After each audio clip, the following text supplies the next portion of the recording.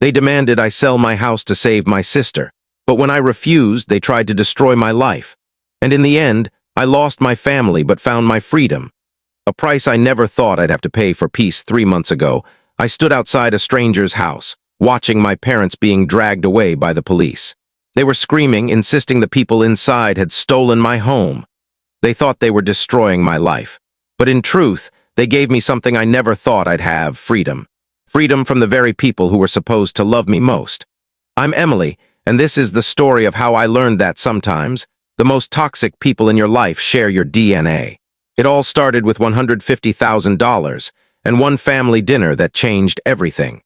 But to understand how that money almost ruined my life, you need to go back 6 years, to when I still believed love from family was unconditional.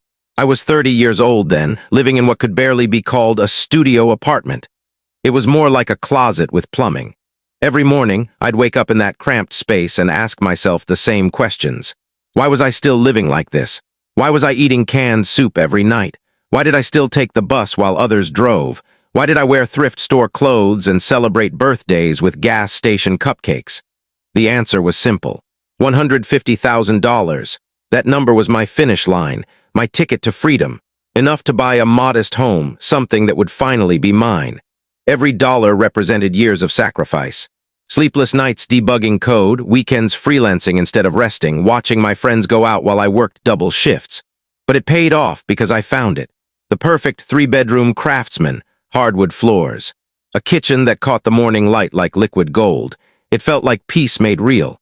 Every Saturday, I'd visit my parents for dinner. My mom, Karen, always made her famous meatloaf. My dad, Mark, would complain about his back while secretly enjoying having both his daughters home. And then there was Chloe, my older sister by 4 years, and her husband, Ryan. Ryan was the kind of man who treated every conversation like a sales pitch. If there was a shortcut to success, he was already lost somewhere on it. That particular Saturday in October, something felt off the moment I walked in. There was this buzzing tension, like everyone was waiting for something big to happen. Chloe and Ryan were whispering in the corner like co-conspirators. Mom kept glancing at me, half excited, half calculating. Dad couldn't quite meet my eyes, but I was too happy to notice. I had photos of the house on my phone ready to show them. I was proud, finally proud. When dinner started, my mom cleared her throat.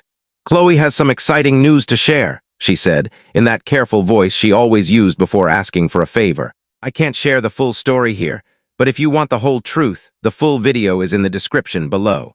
And don't forget to like, follow, and subscribe for more."